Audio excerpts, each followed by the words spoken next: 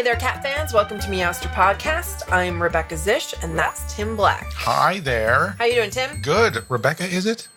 It is. Okay. Pleasure to meet you. Yes. I'm fine. It's fun. Do you come here often? Just about every day. Huh. Yeah. It's amazing we've never met before. I know. All right. So, with that aside, that taken care of. Right. So, today we're going to talk about a film that was released in August of 2016. Yeah, fairly recent film. Very recent film, as films about cats go. Yeah. As films with cats in them go, because they don't come out that often. Not really, no. And I remember that this came out in August because it came out the weekend of the week of my birthday. So my birthday is in August, and I knew it was being released that weekend. Okay. Yeah. Anyway, film is titled 9 Lives, which is really not a very clever title for a film about a cat. Not really, no. No. And if you try to search for it, unless you type 9 Lives film. The cat food. Or 9 Lives. Yes. And everything else. Like all kinds of pages about the mythology of cats' multiple lives. Yeah. And, So there's cat food, everything else, and then this movie. Yeah. So you have to type, if you want to know about it, you have to type 9 Lives movie, 9 Lives film. Mm-hmm. Something like that. Something like that. And then you'll get it. So this film was one of the worst reviewed films of 2016. Yeah. Did you see its Rotten Tomato score? I know it's like in the 20% or 11%? 11%. 11%. Okay, yeah. So I did see it. Yeah. Yeah, that's not good. That's not good at all. But it was actually on some very prestigious worst films of the year list. Yeah. And honestly, critics had vile for, is that how you say that? Is that the right way to use that expression? They were venomous toward it. Yeah, I know what you're saying. I mean, when they didn't just not like it. They hated it. Yeah. Yeah. Yeah, forcefully hated it. Yeah, they really did. Yeah. Yeah. Which is interesting to me because my experience with this movie is that it really elicits no emotional reaction from me at all. The reaction that I had a lot of confusion. I was very confused by a whole lot of what I was seeing. Okay. Yeah. Well, there are some things that make no sense at all. That make no sense. There are some things that are upsetting, but they don't really have anything to do with the cat. Right. The thing, right. My thought about this movie is that there's a germ of an idea there. There's something that could be good. Yeah, there's something that made Kevin Spacey sign on. Okay. Well, no, that's what I'm saying. There's something that made, because I read a full Hollywood industry breakdown of the movie. Okay. Which indicated that, so this is, it's not just, lots of times we talk about movies that are made in Canada, made for TV, made for Canadian TV, right? Right. Weird things that I just randomly have found at the library that Moo Moo and the 3 witches or sisters or whatever. But this is a major motion picture that was released, had a full wide theatrical release. It did. I don't know if you know this. It was made with European money, I did not know specifically that. French money. Okay. And we can get into that a little bit more too, maybe, but because that's a very important thing to know in terms of something. Well, I can say it right now. Okay. The American Humane Association was not on set for this movie. Yeah. And so it made me think that they actually filmed it in France. Possibly. But I could not find that information anywhere. But yeah, it's not. So even though there were live cats on set, there no appears information about. But the trainers are very highly regarded trainers. Okay. And we've seen many movies that their work has been in before, and they work with all the best directors. Yeah. And so it was very confusing to me. I mean, I kept thinking, how am I not finding this? But but it is strange. Yeah. But the American Humane Association was not on set. They do not have a write-up or an essay about it on their website on humanehollywood.org. Okay. And in fact, if you go to IMDb for the two trainers, this is not even listed as a film that they worked on. Really? Yeah. That's interesting. It is in their Hollywood.com profiles, which is another place you can search. In fact, it's a good place to search if you're looking for other production crew, not just actors and directors and writers, but looking for other production crew. Hollywood.com is a good resource for that. And I was surprised neither one of these trainers have Wikipedia pages, which I find a little odd because they are actually, pretty well-regarded that's animal trainers. But to be honest, I've never actually looked on Wikipedia for animal trainers before because I've never had to. Right. But there was so little information available about this movie that I went looking. I was like, well, you know what? Maybe I'll try Wikipedia. Why not? Yeah. Nothing. No, not about these specific trainers. Because I was just trying to get deeper. I was trying to find out, why, because obviously they've worked on many other movies that have excellent, and the highest rating from American Humane is outstanding. Okay. And most of the movies they've worked on have outstanding ratings, so it's not like they would have been trying to hide anything. That's true. Yeah. And in fact, the DVD, how did you watch it? DVD. Okay. Did you watch the extras? No. Clearly you didn't. Otherwise, you would already be on board with some of the stuff that I'm saying. Okay. But there's an extra that's specifically about the training of the cats. Okay. And I can't believe you didn't watch that. I couldn't get the DVD turned off and out of the player fest. Okay. Well, that's something. Maybe I could have watched the extras first.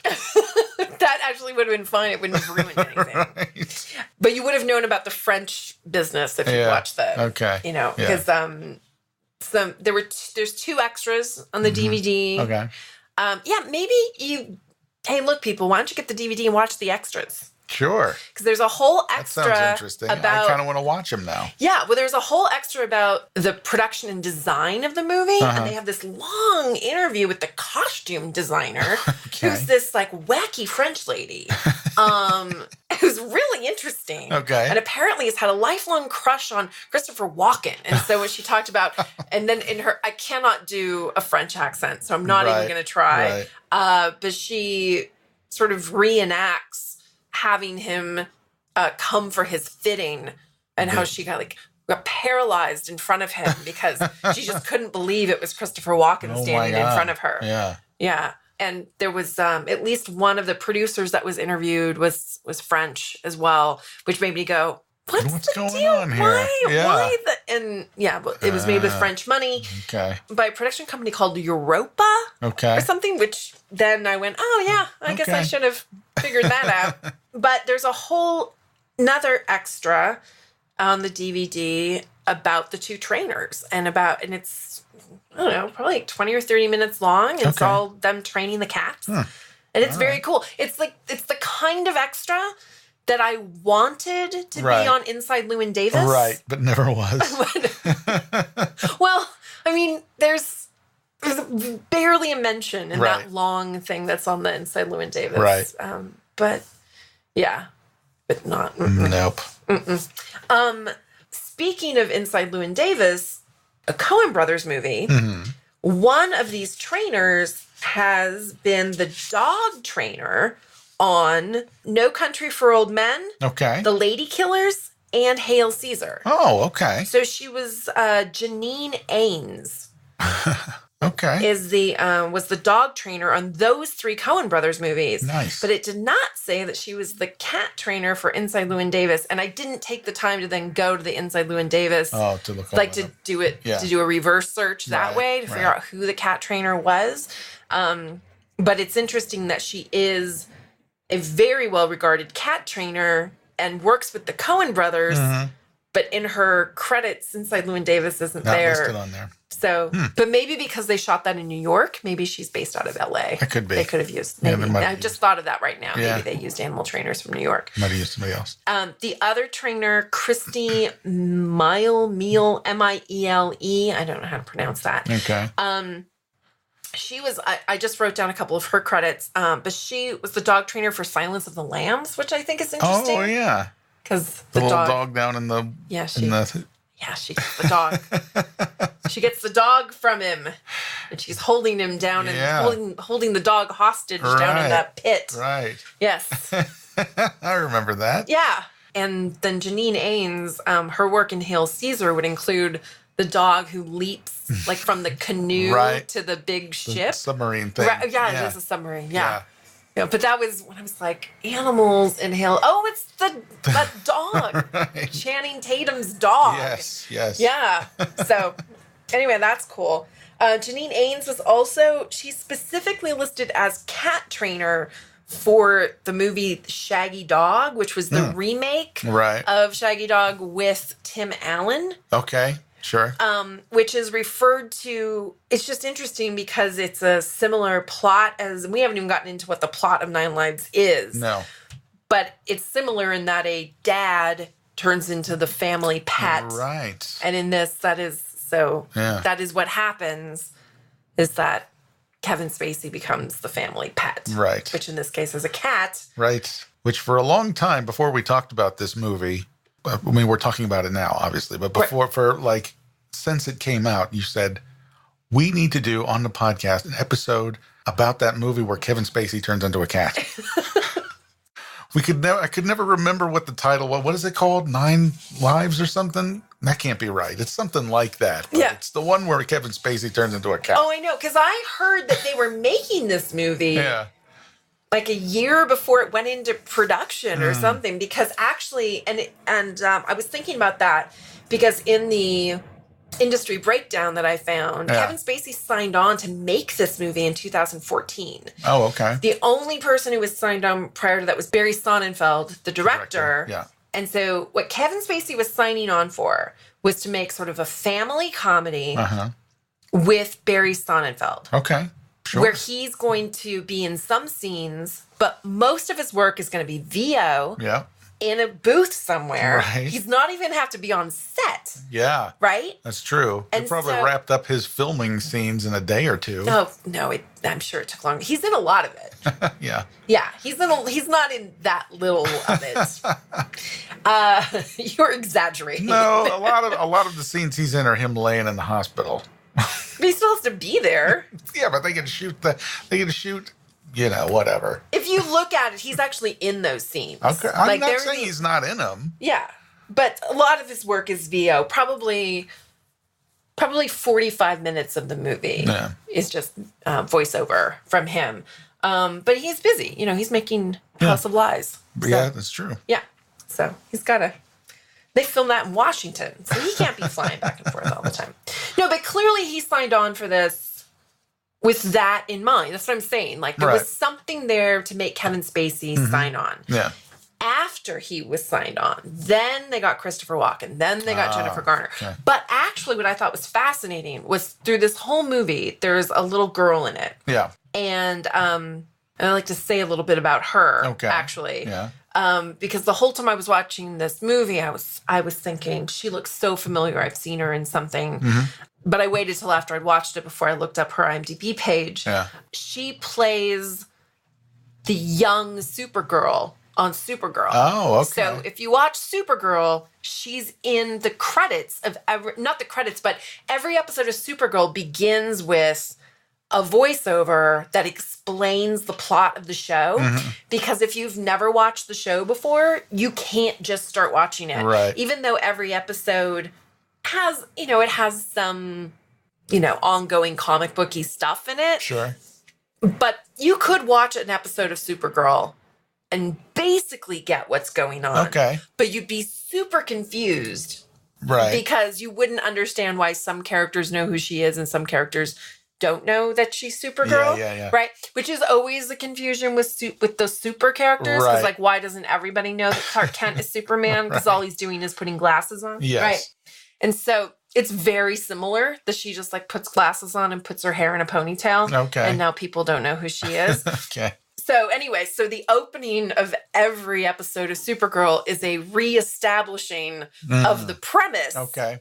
And that girl is in it. Okay. Because in the pilot, She's played. Oh, so just in the pilot. So, well, there have been some other flashbacks and stuff, and then on her IMDb page, she has credited appearance on every single episode of Supergirl because she shows up in that opening establishing of the plot. And so no wonder she's recognizable to me. That means residual checks too. Well, yeah, and you see her face. Like it's not even like the side of her face or anything. It is like she is front center at the beginning of every episode of Supergirl. Nice.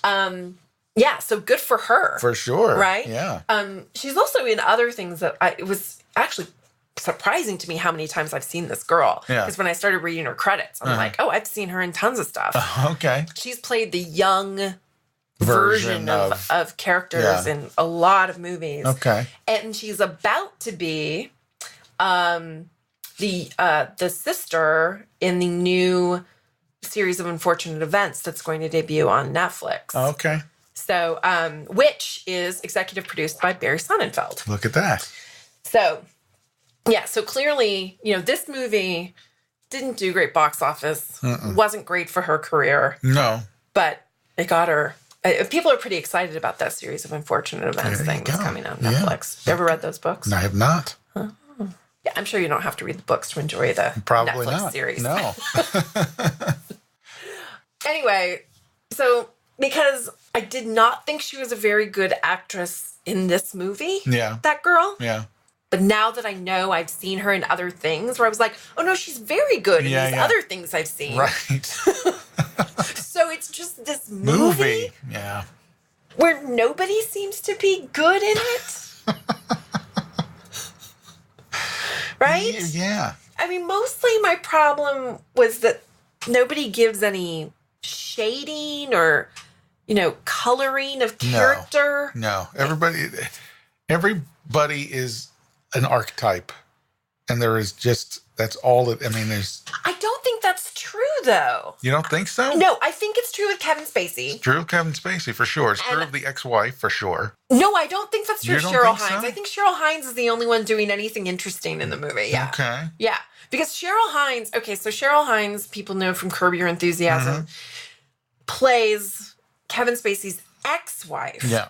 She's got to deal with the fact that it makes no sense that she's in all these scenes. That's an excellent point. Okay. So, let's just establish here. So what's going on in this movie is that Kevin Spacey is basically like a Donald Trump sort of character. Yeah. And he's been, it's established right from the very beginning that he's not a very attentive father. No. It's not that he's a bad father. No. He's just not very attentive. No. He's very driven by his business pursuits. Right. And so we meet his grown son who works for him at the beginning of the movie. Mm-hmm. And then we meet his daughter who's turning, what was it? 11? 11 or something. I think 11 sounds right. Yeah. So he has these two kids who are, at least a decade and a half age difference. Right. So they don't have the same mother. Right. And because he's married to Jennifer Garner. And one of the first things I wrote here is, why is Kevin Spacey married to Jennifer Garner? I don't know. That's a good point. Because or more, I think more what I meant to write was, why is she married to him? Mm-hmm. Like I don't see what she found interesting in him. Yeah. They seem very different.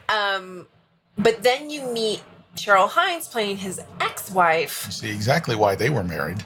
They make a lot of sense as a couple to me. I'm not even sure why they ever got divorced. I don't know. Yeah, that's true. But what was so confusing to me is why is she there? Like, and Cheryl Hines has a daughter who's the same age as Jennifer Garner's daughter. That's confusing. Which means that she got remarried. Yeah. And I only know that other girl is not Kevin Spacey's daughter because Kevin Spacey specifically says, when he's explaining why he doesn't want a cat, he says, I've got a wife, an ex-wife, and 2 kids. I don't need any more mouths to feed. Right. So I was like, oh, so that other girl isn't his daughter. Right. Yeah. So it means Cheryl Hines has been married again, or she's divorced again. It's very confusing. It's confusing.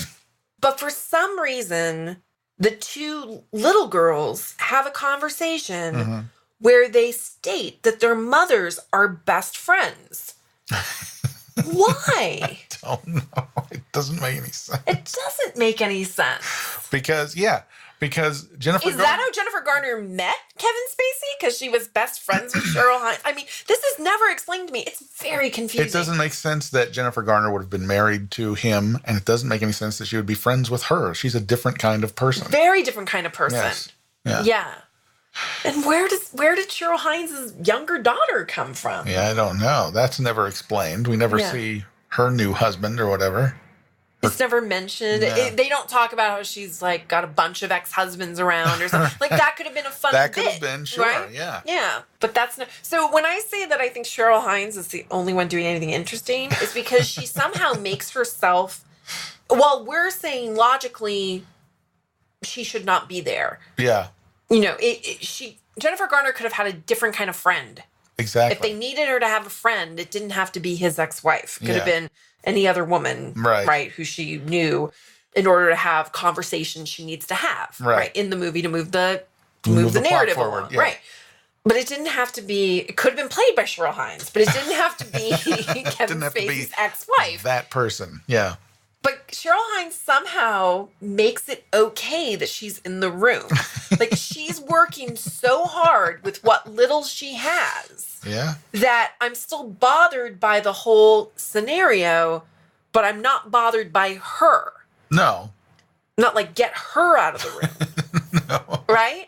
Right. And her dialogue is terrible. Oh, it's insane. Yeah, it's meant to be archetypical. Yeah. But somehow she's managing to make it not. So I'm going to defend her performance. Oh, I think her performance was fine. I think it was, but I think just... I actually think Jennifer Garner's performance is fine. Yeah, it's okay. I like Jennifer Garner just fine. Yeah. She never bothers me in anything. And sometimes I think she's great. Yes. Like, I think she's great in Juno. Yes. She was great in Juno. And there's that movie 13 going on 30 where it's a body switching movie that she made. Mm-hmm. And that's a terribly written movie. Yeah. And she's very charming in it. Okay. It's very watchable, but only because of her. And I actually liked her performance even better when after I watched the extra about the cat training. Oh yeah. Yeah. Okay. Because they have a lot of on the set stuff of her doing her bits with the cat. Oh, okay. And it was really just nice to see her work with it. Like there's a scene in the movie where she invites the cat into her bed to cuddle with her. Oh yeah. One night when she's really sad. Right. And they showed them filming that scene, and it was just really interesting. Oh, nice. It was nice because that's a subtle thing. For us watching the movie, it's like, oh, there's an actress in the bed and they got the cat to get up in bed with her. Right. Well, it was not that simple to get that to happen and to get the cat to turn when they needed him to, and then to lie down in the right spot. Right. And have her position her body in such a way so they could get a clear shot of the two. Because the camera was like at the foot of the bed. It was very strange. And she was so patient. And they actually had to try it with a couple different cats. Okay. Because one of the cats, when she went, was doing the work, like the jumping up and the walking around that they needed. Yeah. But then when she needed to pet the cat, right? When she went to pet the cat, this cat was like, oh, we're playing now. And rolled over on his side and showed his belly. And she starts laughing and she's like, I don't think that's what you wanted. And I'm like, no, let's get that other cat in here for a minute, see if he'll do it. Yeah. Because they wanted him, to be relaxed and calm. Yeah. Yeah. But it was pretty, So it was nice. And then there's also a scene where the cat steals her car keys. Oh yeah. I remember that. Yeah, and that was interesting to watch them work that out too. Because they had to get the cat to drop the keys. Yeah. And they had to work, Jennifer Garner had to be in a very specific place so that the trainer could be directly behind her, so that it would seem like Jennifer Garner was getting the cat to drop the keys, but really it was the trainer right behind her getting her to drop the keys. Yeah, it was just, she seemed very natural working with the animals on set, which I don't know if that's always the case. Probably not, no. For people. If you listen to Coen Brothers and the difficulties they said they had. Well, not just getting cats to do things, but when they have to do things and really be interacting with a human when they do it. Yeah. And not just being held. Yeah. Right. Yeah, you're going to wish you watched the extra, because the biggest problem that the trainers had is because the cat is supposed to have Kevin Spacey inside him, right? So there's a lot of shots of the cat looking into camera. Okay. And we're hearing the voice of Kevin Spacey, and we have to believe that those words are coming from the cat. Right. And the trainers were talking about how a cat doesn't really have an interior monologue. Right. And that to get a cat to look in one's face at a focal point, right? You have to tempt it with something. And so basically all the cat is thinking is, I want the food. Right. But we have to believe now. So this is actually a much more difficult acting job, I think, for Kevin Spacey than we're giving him credit for. Right. Is that he has to voice the cat, and then the cat has to look in one spot, and the shot has to be done. Like there was the other extra too, with the production designer and the set decorator and the costume designer, like really talking about, we have to believe this fantasy that this cat is not just thinking, when's my next meal? Right. That the cat is thinking all these really complicated ideas about family and fatherhood and, dedication and, that the cat is not thinking. No. At all. And I'd never thought about that before. But That's a good point. Yeah, the trainers said that was the thing they were most worried about. You can do that with dogs. And obviously there's a lot of movies where dogs have interior monologues, right? Yeah. But it doesn't happen that often with cats. And these trainers answered that question for me. There you go. Because I was asking that question of myself. There's a tradition of movies. There's the Shaggy Dog and the Shaggy DA, these Disney movies, right? How come I was thinking when Disney made those movies in the 60s and 70s, why didn't they ever make one like this? Yeah. They're making all these body switching movies. Right. Humans into dogs and humans into each other, right? Freaky Friday was a Disney movie. Yeah. So why not this? Why did nobody ever think of this? Well, I think they did think of it. It never worked. Well, I don't know that they tried. I think they probably just talked to animal trainers and they said it's going to be really hard for an audience to believe that a cat has an interior monologue. Yeah. Is having these deeper thoughts as a human. Right. They said a dog will sit and look at one spot all day long if you train him to, because he just wants to make you happy. Yeah. But a cat's really only going to do the things we're training him to do. Right. Yeah. Exactly. So maybe that's why I don't hate this movie as much as other people do. Oh, really? I honestly, I don't have any kind of emotional feeling about it at all. It didn't make me laugh, and it's supposed to. It's supposed to be a family comedy. It didn't make me laugh either. But it is a family comedy. I mean, but there should be laughs. Maybe it's because I work with kids and I know that they watch a lot of worse stuff than this. Maybe. Like kids check stuff out from the library that's terrible. Yeah. Like these Barbie movies. They're just like animated Barbie stories. Stuff like that just think, really? You're going to spend hours watching this? Yeah. Barbie Rapunzel, Barbie Nutcracker. This is an example, but there's so many terrible things that kids watch. Yeah. And I felt like at least it's not a good movie, but at least it has decent actors in it. And the production design is beautiful. I don't know if you noticed that, but it's a really attractive looking movie. It's a good looking movie. There's a lot of CGI in it. Oh, yeah. I'm talking just beyond that. Yeah. But we can talk about the CGI. Let's talk about the CGI if you want. Well, the CGI, my point on the CGI is that it looks fake, really, really fake and terrible. And I thought at first that it was a problem. Then I realized, oh, no, it's meant to look like this. It's meant to look terrible? Yeah. They know, because it really bothered me at the beginning. I thought, okay, early on in the movie when Kevin Spacey first becomes the cat, I I honestly, I don't even want to talk about the plot of the movie. I don't care about the plot of the movie. I so don't care about it. All right.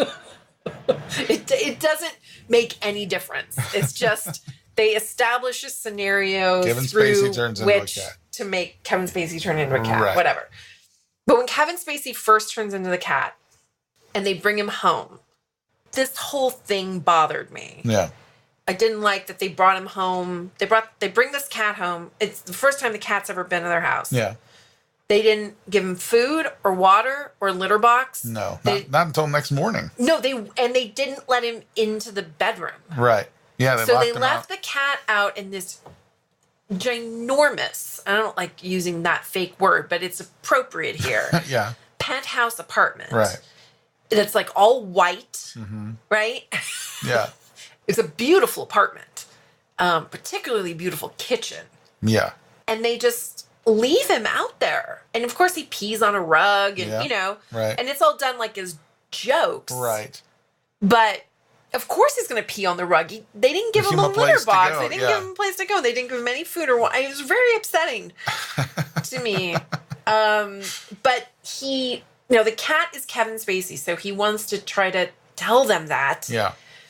And there's this whole sequence where he goes into his office and he's trying to write with a pen. Yeah. And this is the first time we see the CGI. So no, there was CGI everywhere in this movie. The very first scene where he's in that plane. Oh, I'm talking about the cat, though. Oh, I know. Oh, no, I'm just talking about the cat I'm animation. talking about the CGI in general. Oh, okay. Yeah. Throughout the whole thing. Oh, that's fine. No, I'm just going to talk about the cat animation. Okay. I don't care about any of that other stuff. I really don't. I don't think the plot of this movie matters at all. No. But that, so there's like a real cat. Yeah. Playing with a pen. Right. And you actually see real cat paws. Yeah. And a real cat on a table with a pen, like knocking it around the way a cat would knock a pen around. Right. And then all of a sudden, it's an animated cat. Yeah. And he's going crazy with the pen. Yeah. And that bothered me at first. I was like, why are they doing that? They've got trained animals. Mm-hmm. They don't need the animation. And then I remembered something. Do you know what I remembered? What'd you remember? It's a Barry Sonnenfeld movie. Oh, yeah. Yeah. There you go. And I don't know how you feel about Barry Sonnenfeld movies. I'm not a fan. No, me neither. So for people who don't know, the first movie he ever made as a director for Hollywood was The Addams Family. Mm-hmm. Prior to that, he was an incredibly well-regarded cinematographer, specifically working with the Coen brothers. Yes. He was the cinematographer for Blood Simple, which is an incredible thing to have in your... Yeah. He's worked with great directors as a cinematographer. And then in the early 90s, he got a chance to be a director in his own right. Yeah. So he made The Addams Family. But he also made Men in Black 1 and 2. Mm-hmm. He also made Wild Wild West, which is one of the worst movies anyone's ever seen. Yeah. Yeah. Men in Black 2 is also a terrible movie. Yeah. Like there are just... I don't even like those Addams Family movies. I mean, he only directed the first one. They're incredibly popular. Mm. People love those movies. Yeah. I've never understood why. I really don't like those movies. I like the first Men in Black, but one of the things I don't like about it is the combination of live action and animation. Yes. And that is honestly what, as soon as I'm watching this cat turn from a real cat into an animated cat, and it's pretty seamless, honestly. It really is. But it's so over the top wacky. Yeah. You know, the cat's like face changes and it does all kinds of things that cats can't do physically. Right. Yeah, so at first I was very upset. Like, why are they doing this when they could just use well-trained animals? Because it's Barry Sonnenfeld. And more to the point, if you'd watch the extras, you would know this as well. Barry Sonnenfeld is highly allergic to cats. Oh. So he admits in this extra on the DVD that he had to figure out a way to make the movie where he would not be on set with the cat very much. Okay. Which meant they were going to animate the cat. Yeah. A lot of the time, yeah. Then you go, okay. Well, and I can understand. So I was able to just go, okay, I understand it. I don't understand why you agree to make a movie about a cat when you're that allergic. He said on Men in Black, do you remember in the first Men in Black movie, there's a very important cat character? I do, yeah. Very important cat character in that movie. When that cat was on set, he had to wear a mask. Oh, my God. And he had to be, like, that particular cat he was highly allergic to. So before he made this movie, or before he agreed to, he did some research and found out that there are some cats that are hypoallergenic. That's what he says in the extra. And I'm like, that's not true. Right. No, it's not true at all. But he says it in the extra. So... Did he think he had his hands on a hypoallergic cat that he could use for this movie? I think he did. Okay. He made the trainers search far and wide for a very specific looking cat. Yeah. He wanted a long-haired cat. Yeah. He wanted a cat that was gray and white. Okay. And he wanted a cat with blue eyes. Okay. This is, as the trainers discuss, this is near impossibility. Right. Because the only adult cats with blue eyes are ones that are Asian breeds. That's true. They're not long-haired. Well, Himalayan are long-haired. But that's not what he was after. No, he didn't want like a tawny, brown and gray. He wanted this very specific. And did it occur to you that the cat in this movie looks a lot like the cat in the remake of That Darn Cat? I hadn't thought of that, but now that you mention it, it's true. Right? Yeah. Yeah. And in fact, I actually wanted to make sure that Barry Sonnenfeld wasn't in some way related to the production of that movie. Yeah. Because, of course, that movie stars Christina Ricci, who had just made Addams Family when she made That Darn Cat. And I was thinking, maybe I've found something here. I've found some sort of connection. Right. But no, he doesn't appear to have had anything to do with the remake of That Darn Cat. Okay. But all the CGI craziness with the cat. Yeah, I hate it. Throughout the whole thing, too. I hate it, too. And it made me think that, while I was watching it, I said to myself, why didn't they just make an animated movie? If this were an animated movie, it'd be so much easier to just buy what this cat is doing, the crazy stuff, because it's animated. But trying to make it live action with this... I think body switching movies don't work as animation. Okay. The point of a body switching movie is, the acting of, I get it. I just think this is the wrong director. I think he was absolutely the wrong director for the movie. I mean, A, he's allergic to cats. B, he likes to do wacky stuff. Right. And this shouldn't have been wacky. It should have been family-driven, heartfelt. And I think Jennifer Garner is trying to do that. Yeah. But I don't get it from... And I think when Kevin Spacey at the very end of the movie, comes out of the coma and he's back, I think you get some of that from him. A little bit. But I don't actually even think that Kevin Spacey was the right person for this part.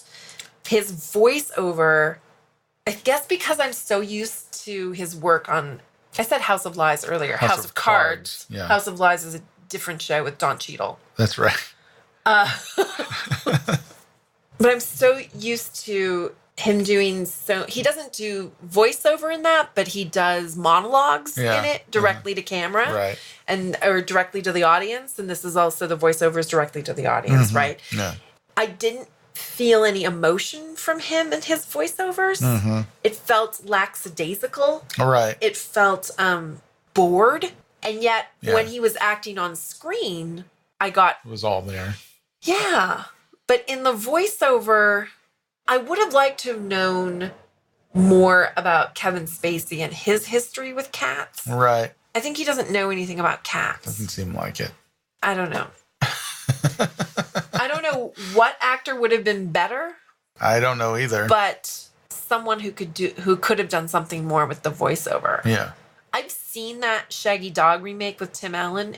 I mean, it's not a good movie either. Right. Yeah. But his voiceover, and maybe it's because Tim Allen's amazing at that. Yeah, right? He's very, very talented. Yeah. And so, you actually think, you're right. This sounds like a dog. Right. I mean, I know he's a human, but he's a dog. Yeah. And I want it to sound...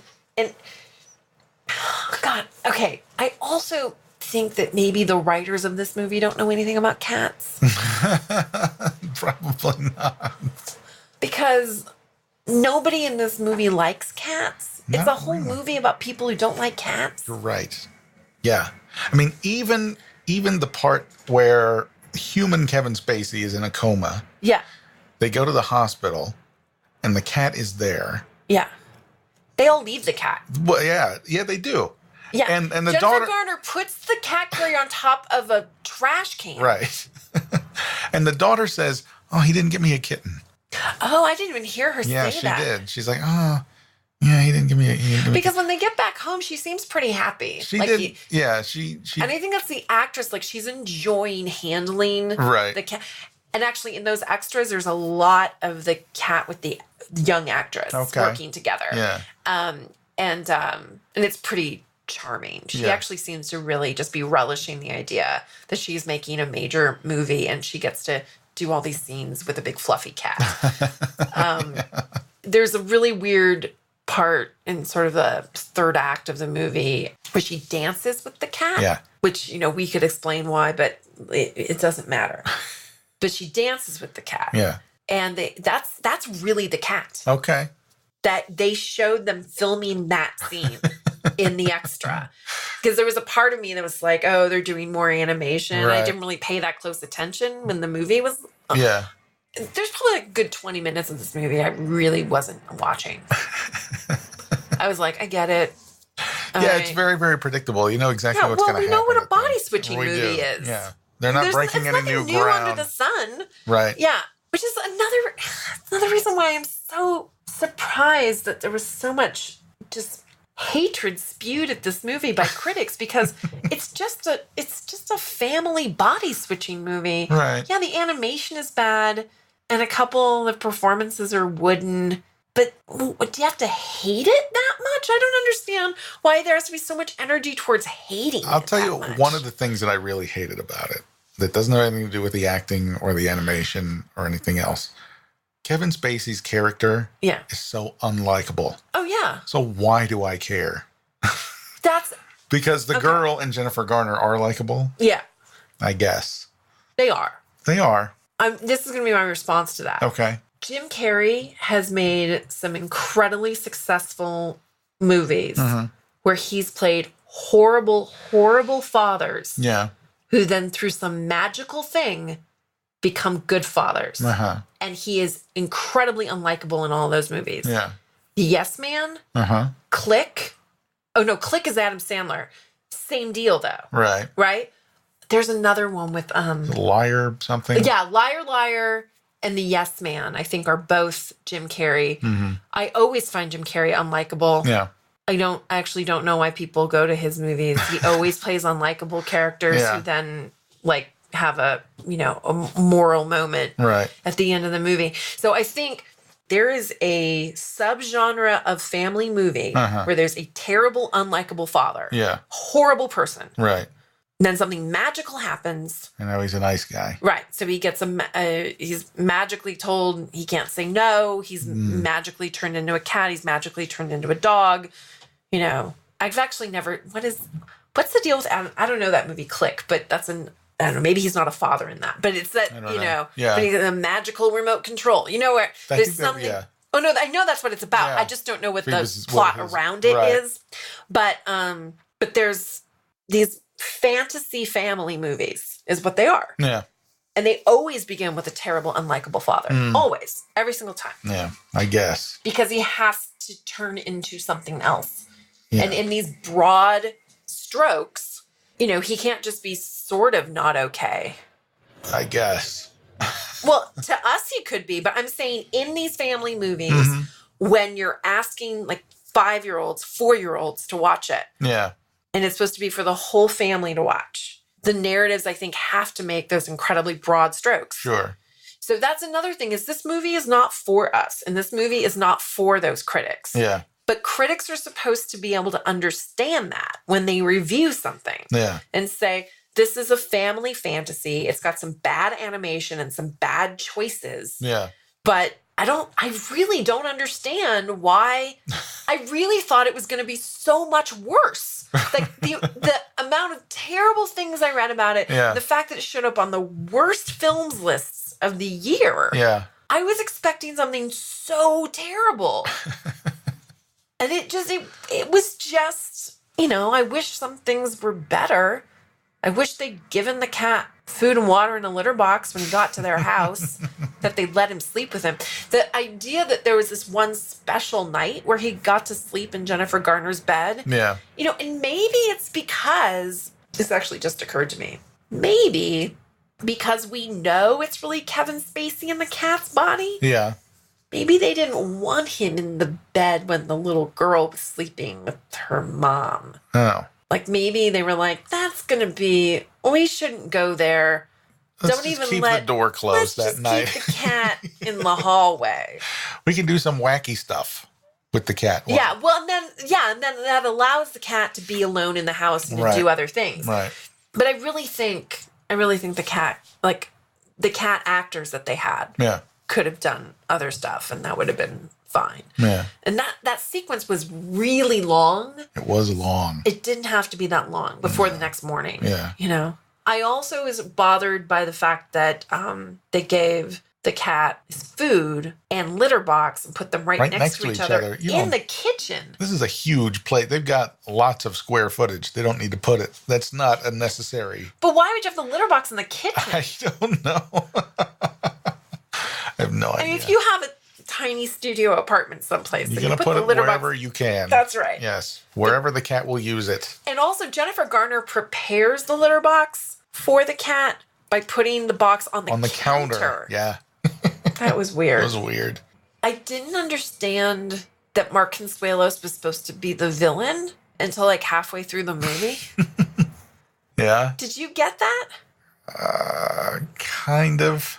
I finally got it. I think maybe they changed their mind about that because there were extra characters. There were more characters than there should have been in this movie. True. There should have been Kevin Spacey and Jennifer Garner and the little girl. Yeah. I get Jennifer Garner needs to have a friend, an adult woman, so that, okay. But then there needed to be two other men. Right. A good other man. Kevin Spacey's son. Who's his son. And a bad other man. Right. The problem is there was a third man. It was insinuated that Jennifer Garner was having an affair. Oh, yeah. So basically, like, she should have been supposedly having an affair with the Mark Consuelos character. Right. That would have made so much more sense. There was this other guy that was confusing to me. Yeah. I didn't know what was happening there.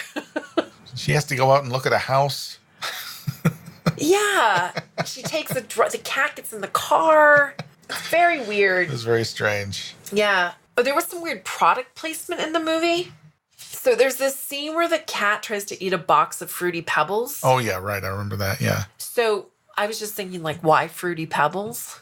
Yeah. What's that about? It had to have been a product placement that was offered. Had to be. Right? But they probably also wanted something colorful so you could see it. Sure. That makes sense. Yeah. And I'm going to say this. So again, I'm going to go back to what I learned about the production of the film. So the production designer and set designer were interviewed in this extra. Mm-hmm. And I was really actually impressed. So here's Barry Sonnenfeld. He shouldn't be making movies with cats. Mm-hmm. He's allergic. He shouldn't be around them. Right. So it's affecting everything else about the movie. But the production designer said something really interesting. Okay. He said that when he started talking to Barry about the movie, that he said, since our main character in this movie is only 12 inches high. Yeah. That everything is going to be, and this is also the cinematographer talked about this too. Mm. Everything is going to be shot looking down at the cat. Okay. Right? Or looking from the cat's POV, looking up. Mm-hmm. And we're going to have a lot of scenes where a cat moving from room to room, walking, running, making entrances and exits are going to be really important to those scenes, right? And so Barry Sonnenfeld realized something. I've never seen this in a movie with a cat or a dog, as far as I know. I was trying to think about it. I was trying to remember a time where this would have been true in a movie that I've seen. Yeah. And I think, if anything, people do not think about this when making movies with animals, at least with small domestic animals, right? Uh-huh. Is this. Barry Sonnenfeld told the production designer, since we're going to be looking at the floor, we have to have the most interesting floors.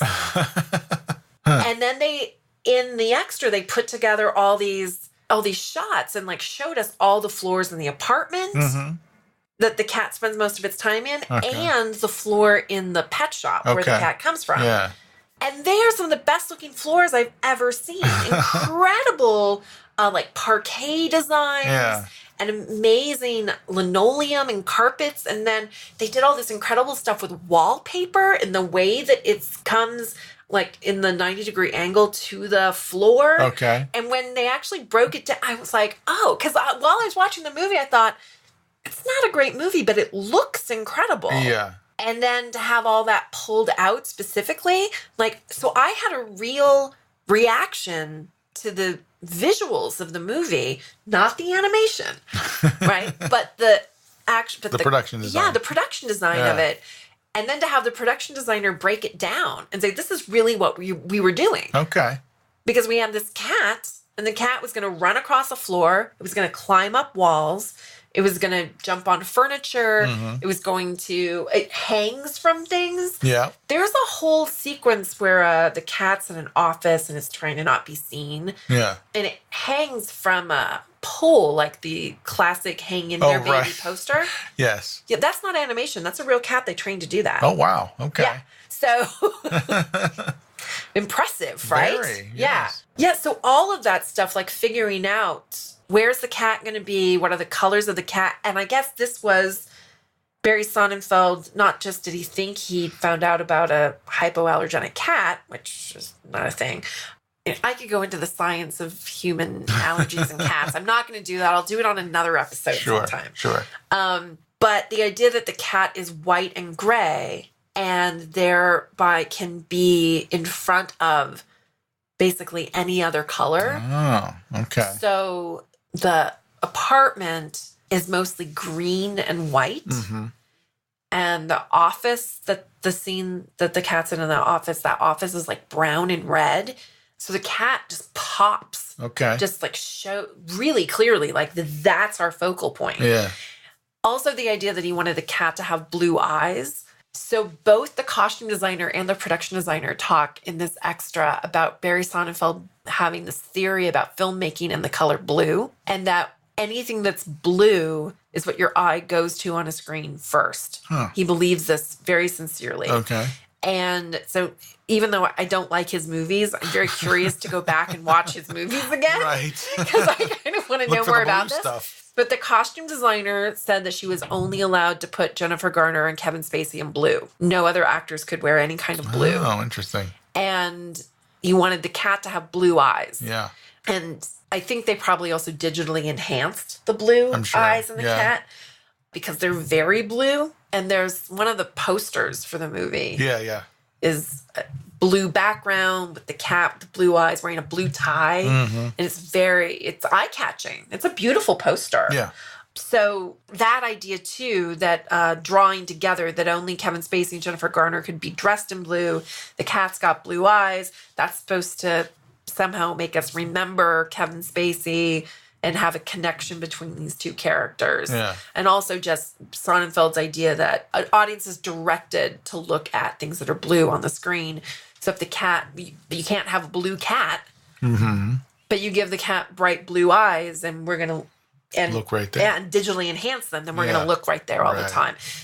So design the sets around the idea that the size of the cat, and so they were looking at like the size of the furniture, how's the cat going to look in comparison to the things that's going to be around.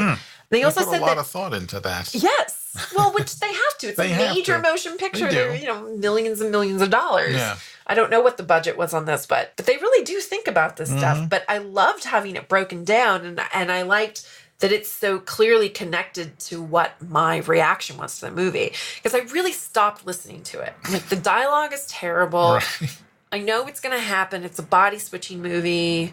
I know how it's going to end, So I don't really need to listen. But the visuals continued to attract my attention. Yeah. So, yeah. I don't think it's as bad as people think it is. It's not good. It's not good. It's not good, but it's not worth all this venom No, and am I convincing you? No, I hated it. I absolutely hated it. I think 11% on Rotten Tomatoes is too high a score for it. But, oh my God. But I will say this, because I was looking on Amazon at the reviews that it got on Amazon. 45% of the Amazon reviews from people that bought it are 5-star reviews. Yeah. 45%. And then like 28% are 4-star reviews. So people like it. Yeah, this is a Critics movie for people. It's a movie for families that need movies that everyone can watch together. Yeah, and in looking at those 5-star reviews, that's what people were saying. That my kids loved it. We can all sit here and watch this together. If you turn on a movie that you yourself hate, but you're with a kid that likes it, that's 5 stars. Yeah, and the difference between this being a terrible movie about a cat and like Moo Moo and the Three Sisters or A Talking Cat. Right. Or, like, those are truly terrible movies because there's everything about them is terrible. Right. But this has, award-winning actors it does. in it. Yeah. And this has beautiful... Look, even if you just want to see a beautiful apartment, that penthouse apartment, and I'm telling you... Like, I noticed the floors in that kitchen. Yeah. And then to have them say, like, we knew that's where his food and litter box is going to be. We're going to have, like, long establishing shots of the floor in this kitchen. Right. So it's this incredible parquet wood design. And it looks so expensive. Like, I can't even imagine. I mean, before hearing anything about it, I was like... Wow, they are really establishing these people are richer than anyone could imagine. Yeah. Because that floor had to have been custom designed. It had to have been laid by artisans who know how to lay parquet. That's not an easy thing to do. And then to say, oh no, we very specifically created this unique looking floor that would be interesting for people to look at. Yeah. So it's not just a cat running and sliding across floors. It's running and sliding across some of the most beautiful floors you've ever seen. Right. Yeah. Yeah. And they're different in every room, and there's something new to look at everywhere. Yeah, so I had fun. That part of it's fun for me. Good. I'm glad you had fun. But it's not good. No. Can we talk about Christopher Walken for a while, though? Sure. You can always talk about Christopher Walken. What did you think of what Christopher Walken was doing? Honestly, Christopher Walken was probably my favorite part of the movie. He seemed so uncomfortable to me. I know, he did seem uncomfortable the whole time. Yeah, and that's kind of part of the enjoyment that I got was because of that. Oh, really? Yes. Oh, I hate seeing people who seem uncomfortable. I can't watch like hidden camera shows. No, it's not that bad. It's a little bad. I don't like watching people who seem like they don't want to be someplace. Yeah, it seemed to be a struggle for him to take it seriously or to be taken seriously. I think he didn't know what to do. Mm. They call him a cat whisperer. He has this weird cat-only pet shop. Yeah. That's his magical shop, and he's... Mr. Perkins, Purrkins. Right. But I assume his name is really spelled Perkins. I hope so. He tries to make a joke about that, but gets lost in the mix. Speaking of things that get lost in the mix, whenever this cat is supposed to be yowling, which happens a lot in this movie, almost constantly. This movie was made by people who don't like cats, and it's about people who don't like cats. Because only the little girl and Christopher Walken's character seem to like cats. Mm-hmm. Although, actually, Kevin Spacey's son doesn't mind the cat. Yeah. Doesn't mind, but not really. Yeah, but he's not, like, seeking it out and giving it attention. Yeah, he's not, like, running out, oh, I'm going to go get my own cat now. I don't know. He's glad his dad got the cat for his half-sister. Right. But whenever this cat is yowling, because apparently the filmmakers think that cats do that constantly, even when they're perfectly comfortable and have everything that they need, they just yowl.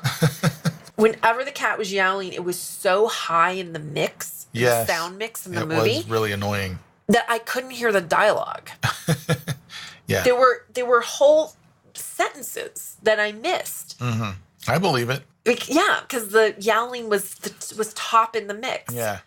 What a weird choice. It's very strange. Well, yeah. I don't know. There was a good 20 minutes of the movie, at least, where I was like, there's just too much of that. Just tone it down a little. Just cut some of it out. It doesn't all need to be there constantly with the yowling. No. Especially Kitty's first night in the house. I mean, I get it. He's freaking out because he's a cat now, but it doesn't have to be like that. Yeah, I didn't like it at all. Yeah, if I could say I hate something about this movie, it's that I believe it was made by people who don't like cats. Yeah. And it's about people who don't like cats. And that doesn't make sense to me. Because when you've had the body switching movies with the dog, right? The Shaggy Dog, Shaggy DA movies, everyone likes the dog. All right. Yeah. True. Right? I mean, the dog's trouble. Yeah. Because, knocks things over and he's big and rowdy and stuff. But Kevin Spacey was unlikable as a human.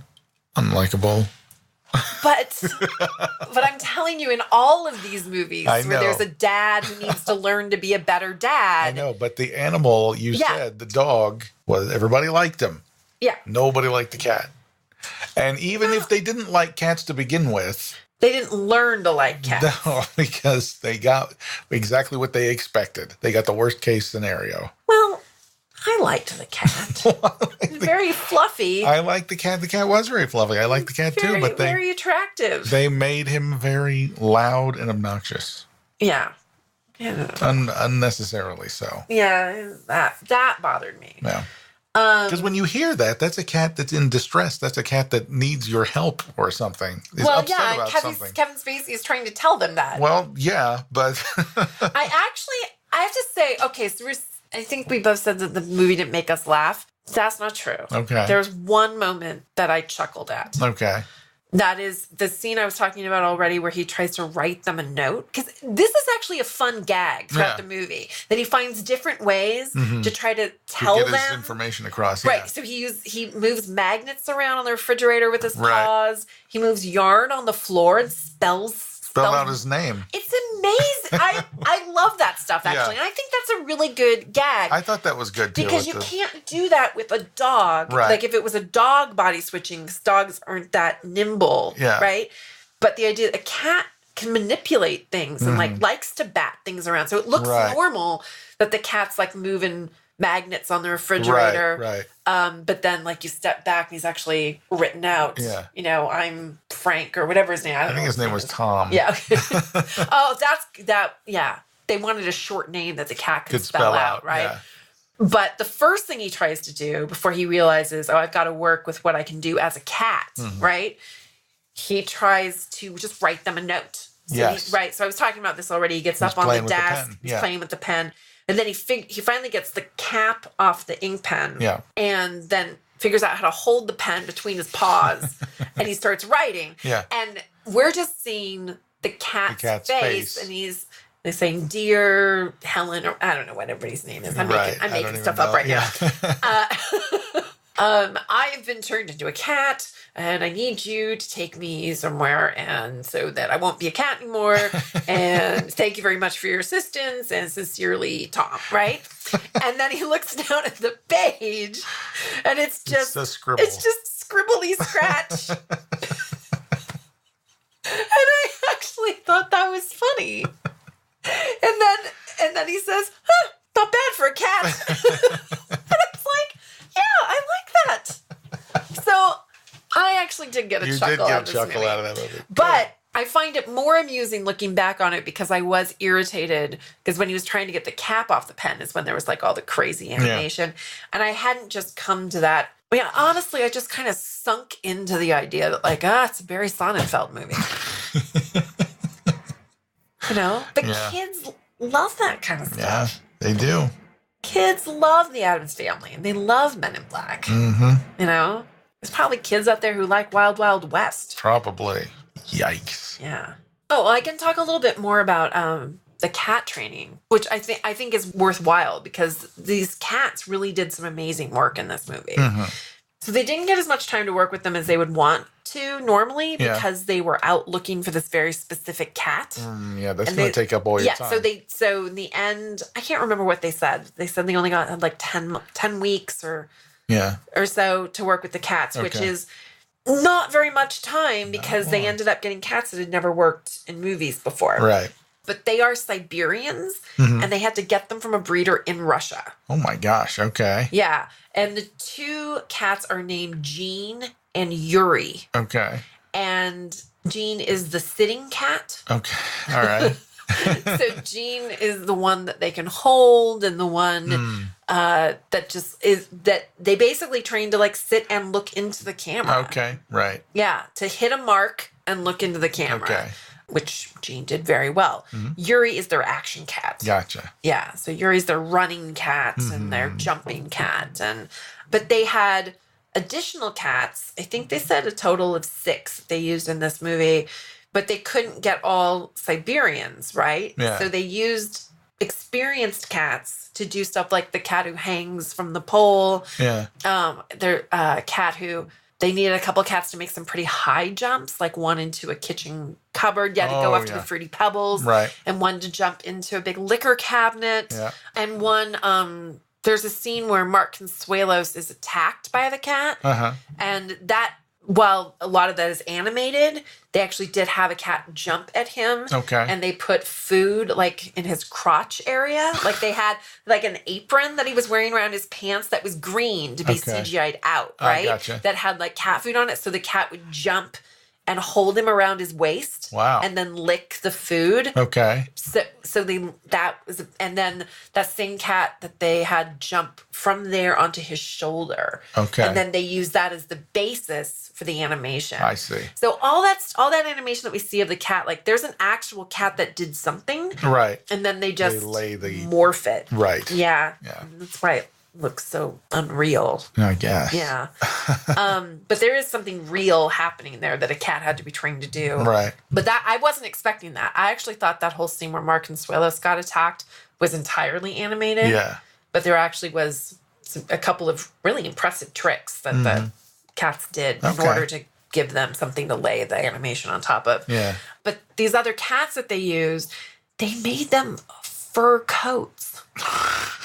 Really? Because they're not Siberian. Right. So they made Siberian cat costumes that they put on the other cats. Wow. And they wore those. And they wear them and then do the stuff. That's and then amazing. They have to, and then they try to not see their faces, but they could digitally superimpose Jean's face because Jean is the cat who we see most often. So that's Jean's face that we're seeing. That's Jean's face in the poster. Yeah.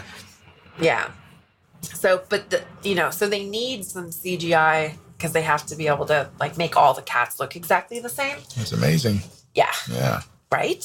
Yeah, I couldn't believe when they said, oh yeah, and they showed them like putting the fur coat on and off these cats. Like, oh my God. So it's just like stunt, like regular stunt guys. Yeah. Having to dress up like an actor. Right. These other cats had to dress up like Jean and Yuri. Crazy. Have you ever heard of such a thing? I have not. I did not know that. That's how they do it in France. I don't know. Maybe the costume designer made the coats. Maybe. Now, I did find an article online when I was trying to find more information about these trainers that said that Jean was a veteran show cat who's traveled the world. That is not at all what they said in the extra on the DVD. Oh, yeah? They did say Jean is the dramatic star who did all the sitting and staying and looking around. Okay. But they did not say he was a veteran. They said they found him in Russia and had to teach him to do those things. And then also in this article, and this is one of these articles, it's like a packaged article. Yeah. And if you search for these trainers' names, like 10 different places that this exact same article was published show up. Yeah. Yeah. So it's like it's packaged by the publicity department at the studio. And distributed. Yeah. However. They just, print it verbatim. And then it said Connery is the main action cat who attacked, retrieved, climbed a tower, and was chased. So that has to be one of the stunt cats. One of the stunt cats, yeah. Yeah. And then Yuri danced with the girl. So, and that scene is actually, if anyone gets the DVD and they watch that extra, you can see them filming that scene.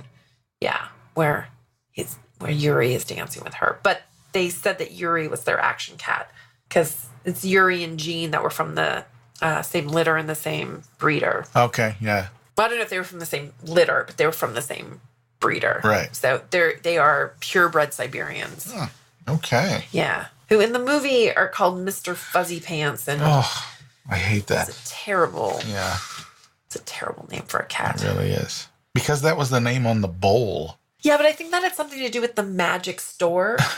Right. Right? He couldn't have picked another bowl. He couldn't have been called anything else. Christopher Walken says, well, I think you better get him a bowl. Yeah. And he just reaches over and picks this one up. The first one that's the easiest one in reach. Yeah. Yeah. But I think it's supposed to be part of the magic. Yeah, that is the cat's name. I get it, yeah. Christopher Walken says the cat had used up 6 or 7 of its lives. 7 of its lives, yeah. And then at the end, it's used up 8 of its lives. Right. And if I'm disturbed, truly disturbed, I mean, I'm upset that they bring the cat into the house and don't give him food or water or a litter box. Right. Right? Until he's been there a whole night. Yeah. But I'm disturbed by the end of the movie where, spoiler alert, but where it looks like the cat's going to die in a really grotesque and horrible way. Yeah. I was so disturbed by that. I was watching that going, what? Yeah.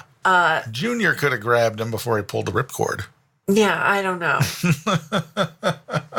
But I was very disturbed. I was too. By that, and I'm glad that that's not what happened. But that was not the only macabre thing that happened in the movie, because Kevin Spacey is so upset about being in the body of a cat that he makes references to killing himself. Yeah, he does. There's one time, actually when he's trying to eat these fruity pebbles and then he falls and there's a knife set. Yeah. And he misses it. And then he says, I should have fallen on the knives, or I should have landed on the knives. And he's intimating that I'd be better off dead. Right. I should have stabbed myself to death on my way and it's not the only time that happens. There's some other weird, violent things that happen. Mm-hmm. So another macabre thing that happens is the cat, as Kevin Spacey, tries to break into this, it's a big corporate party. There's always these scenes in movies, right?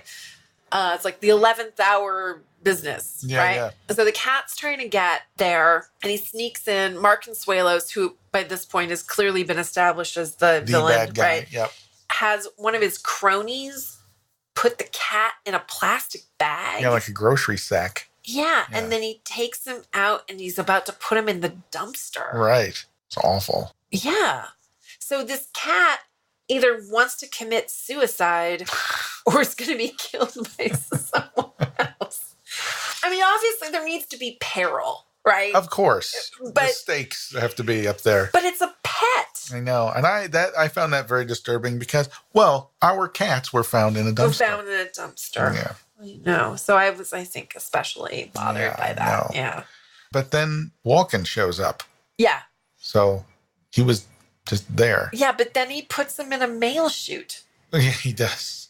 Well, because Kevin Spacey's trying to get inside the building. Yeah, so he puts them back inside the building. Gets him in the building. Yeah. But that was still bothersome to me. I'm like, so he got out of a dumpster, but then he got put in a mail chute. Well, yeah, I mean, that's the... And I don't even know what a mail chute is. That seemed like a weird thing. It's like, it's not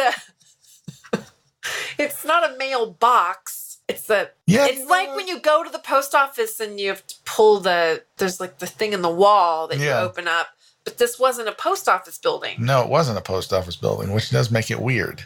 I thought it was very weird. Why would that be I could see how maybe there might be some place inside the building that would have or require that to get... to go to the mail room. To get a whole bunch of stuff down to the mail room quick. Yeah. But on the outside, by the dumpsters? No. That didn't make sense. That didn't make sense. But for the sake of the movie... I actually rewound it to make sure that I saw what was written on the thing. Yeah. And it said mail. Okay. Yeah. Like mail drop or something. I can't remember exactly, but it said mail. Yeah. Huh. Weird. I know. Very early on in the movie, before Kevin Spacey becomes the cat, Jennifer Garner chokes him in one scene. And I think they're supposed to be playing, but she's mad at him right. for being late, for forgetting that it's their daughter's birthday. And she puts her hands firmly around his neck. They're also the same height, which is interesting. That is interesting, but that may be why they're together. Oh, maybe. Because from what we see, we can't figure out what it is about these two that bring them together. Maybe that's what it is. I just thought it was weird. Barry Sonnenfeld was like, no, when you say that line, why don't you choke him? Yeah. I was like, what? Oh, you know what? There was something else that I thought was amusing, too. Kevin Spacey can't figure out what to give his daughter for her birthday. Yeah. So he actually calls a meeting, like his marketing staff. Right. Yeah, that was weird. To make them brainstorm gifts for his daughter. And I actually thought that was amusing. I don't think I've ever seen that scene in a movie before. That's the way a guy like him would make that decision. Well, that makes sense. Yeah. And he listened to their ideas. I mean, he was a jerk about it, but he was. But I kind of liked that scene. I liked all the different young comic actors they had delivering those lines, and every one of those actors in that scene was really making a choice. Like, I'm this kind of guy in this company. Yeah. And that was a really well conceived scene, I thought. So, I mean, not everything is terrible. No. But I also like that they find out as she's asked for a cat. Because one of them says, why don't you just ask her what she wants, right? Exactly. And he says, well, I did, but she wants a cat. And so then they come up with these other ideas. Yeah. You know, and one of them comes up with a great idea, which is to send her on a trip to that Japanese cat island. Yes. That's a fantastic idea. That's a great idea. He should have just done that. I know. I really love that. Yeah. I was like, I would do that. Why not? Not like he can't afford it. That's right. Oh, wait, there was something else that made me chuckle. I'm going to give credit where credit's due. Okay. This is Cheryl Hines. It's the first time we see her. She's coming up in an elevator with her daughter, and that young actress is awful. She's, I know I shouldn't say mean things about children, but she's really not good. Okay. Cheryl Hines has got her two little dogs on their leashes, and they're in the elevator and they're barking. And she says, "What are you barking at? There are no squirrels in this elevator." It's funny. She has a point. Yeah. And they were barking at nothing. Yeah. They're very yappy dogs. But just go back to my point that I think Cheryl Hines is doing a really good job in this movie. Is that is a awkwardly written line. Yeah, that is. There's a lot of words, and like they're not easy words to say. Barking, squirrels, elevator, like to say them all in a row like that. And she needs to say it quickly and clearly. Right, because it's not going to be funny at all if she doesn't say it quickly. Right. And she somehow manages to get a laugh from a really clunky line. Mm-hmm. Anyway, so I meant to bring that up before when I was saying. There you go. There's an amusing thing, too, where these security guards in this building. So apparently the Cheryl Hines' young daughter has been filming the cat in the apartment on her phone and then putting the videos online, and they've gone viral of this cat's crazy behavior. Yeah. Because these security guards in this building, they see the cat and they're watching the same cat, and they can't believe it's the same cat. Yeah. Yeah. So that I thought was so, I mean, but that at least places it in, you know, this moment in history. True. Where things like that are happening. People watch cat videos online, right? So I thought that was nice. Yeah, that's something, again, if kids are watching it, they'll get it. Yeah. Yeah. They can relate to that. Yeah. Yeah. It's not, I'm going to say it again, it's not a good movie, but I don't think it's quite as terrible as there are okay little moments in it. It's not a talking cat. Okay? No, it's not. No. Is it the worst movie we've ever seen? No. No, it is not. Yeah. So maybe that's where I'm coming from. That we have watched some really bad stuff. Really bad movies. And it's not in that same category of really, really bad movies. No. But it's the critics treated it like it was. They did. Yeah. Yeah. I guess maybe they don't watch those really bad movies. So they don't know what a really bad movie looks like. Yeah. What's the Rotten Tomato score for a talking cat? Oh, God, I have no idea. Has it ever been reviewed? I don't know. I mean, if you asked me like on the Entertainment Weekly scale, right, the A to F, I'd say, yeah, this gets a D. Right. You know? But, I'll go along with that. I wouldn't disagree with that. So maybe that's where the 11% comes from. Maybe. But if you gave me a scale of 1 to 5 stars, 1.5 maybe. Maybe even 2, if you're agreeing that this film is meant for a very specific audience. But the thing is that audience is one of the most important audiences for moviegoing. It's true. It's true. I mean, because it's families like that who need movies they can watch together, need movies they can watch repeatedly. And kids watch movies over and over again and they memorize them. They do indeed. The last thing I want to ask you about this movie is I got to a point where I was just kind of settled into it. I'm like, okay, whatever, right? Yeah. And then at the end, I think the cat looks like it's going to die. That doesn't happen. Right. And then Mark Consuelos gets hit by a car.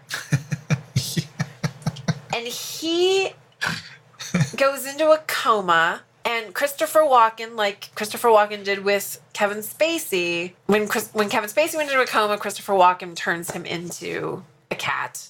Yes. Mark Consuelos goes into a coma, so Christopher Walken makes him Lil Bub. Right. Like not just a cat, Lil but Bub. a famous cat. Are we not supposed to know that that's a famous cat? I think in the 9 Lives universe, there is no famous cat called Lil Bub. All right, so he's just made him a cat. He's made him a cat. And they got Lil Bub to play that cat. They got Lil Bub to play that cat. That's there for us, the audience, to laugh at, I think. That's the way I see it. Okay. I'll go on with that. But then here's my next question. Okay. Because when Kevin Spacey got turned into a cat, that cat went to a home, right? Yeah. Now Mark Consuelos has been turned into a cat, but he's in a wicker basket in the cat shop. Right. So first of all, he's not going to learn to be a better person if he's just in a wicker basket in a cat shop, right? Right. So the whole idea of like Christopher Walken turns bad people into cats so they can learn to be good people, Right. That's not working if he's just in a wicker basket in the cat shop. Right. But then it makes me ask this question.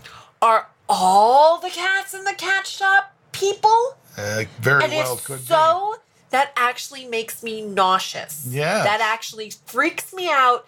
It makes me think that Christopher Walken's character is creepy. Yeah. Oh, it's giving me shivers right now. If all the cats in that cat shop are really people. And Christopher Walken is the devil or something. Yeah, that's right. And then that's what I was left with. So I watched this movie. I'm like, it's not as bad as people think it is. It's okay. It's a Barry Sonnenfeld movie. It's for kids. It's fine. I'm settled into the idea that this movie's not great and it's not for me. Right. Cheryl Hines is good. The cat training is fantastic. Yeah. And then that happened at the end, and I got all shivery and freaked out, and my stomach was turning, and what are we supposed to think at the end? I don't know. Isn't that horrible? It really is. But see, that's not what the critics were writing about. Like, if it were me, I would have said, and then it's got all these macabre moments in it, and then it ends on a sinister note. Right. I don't know. That I didn't like. Yeah. And I don't think children's movies should end on sinister notes. And they often do. They do, it's like the Roald Dahl syndrome. Uh-huh. Where you put creepy, scary, sinister things inside kids' stories. I don't like that. Yeah. And if I were a kid and I was shown this movie, I would have enjoyed all of it. I would have been like, oh, fluffy cat. Yeah. And I'd want to pet the cat. I'd imagine how soft the cat is. Mm-hmm. And its pretty blue eyes. Right. And all this sort of stuff. And then at the end, I would have had nightmares. You got all these questions at the end. Yeah. Like creepy questions. Yeah. And in the end, it would have given me nightmares. And so I actually cannot feel comfortable telling a child to watch this movie because of that. The ending. Yeah. Yeah, because of the ending. That didn't need to happen. It didn't. I kind of get where they needed to get the evil guy had to get his comeuppance. But what they do is they turn him into a cat, and then you see him being taken off by a little girl. Or you give him a family earlier in the movie.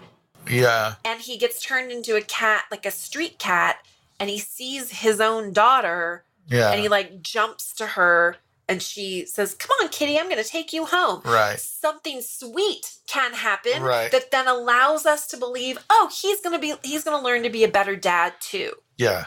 Right? Like maybe he was a divorced father, right? And that's established.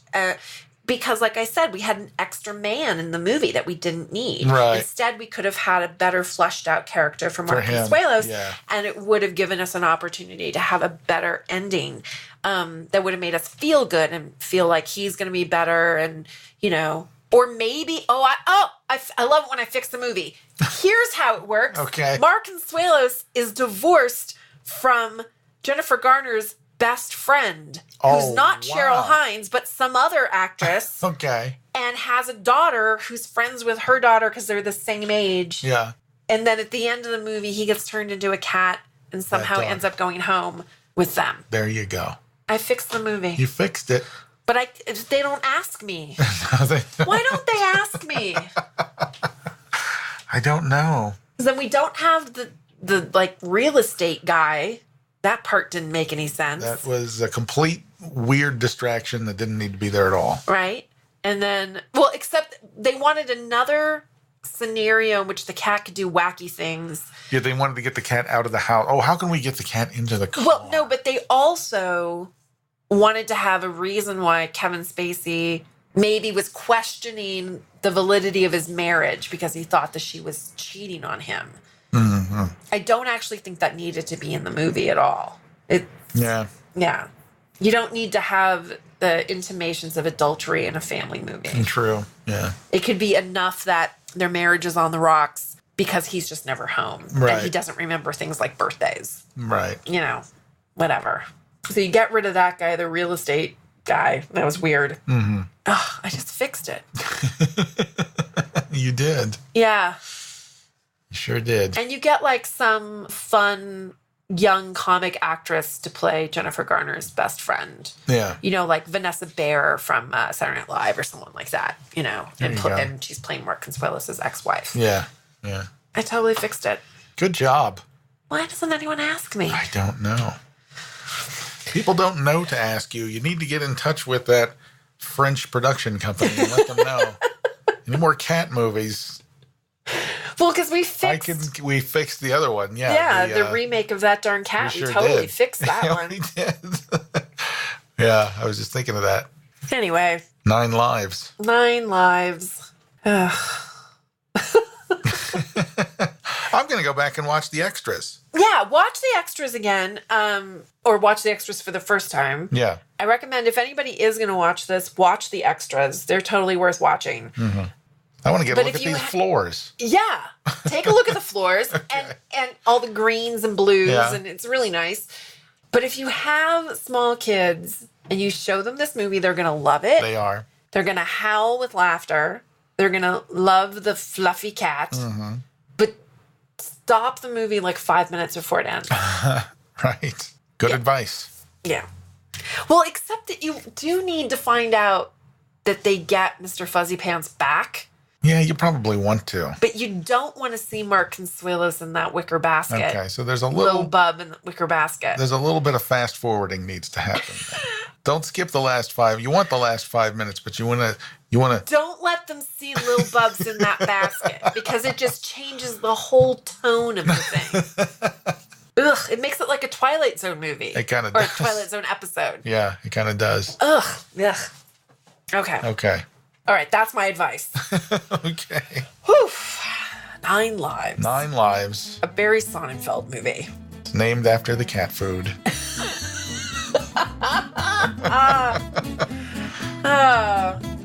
Hey, everyone. Just go play with your cats. Go play with your cats.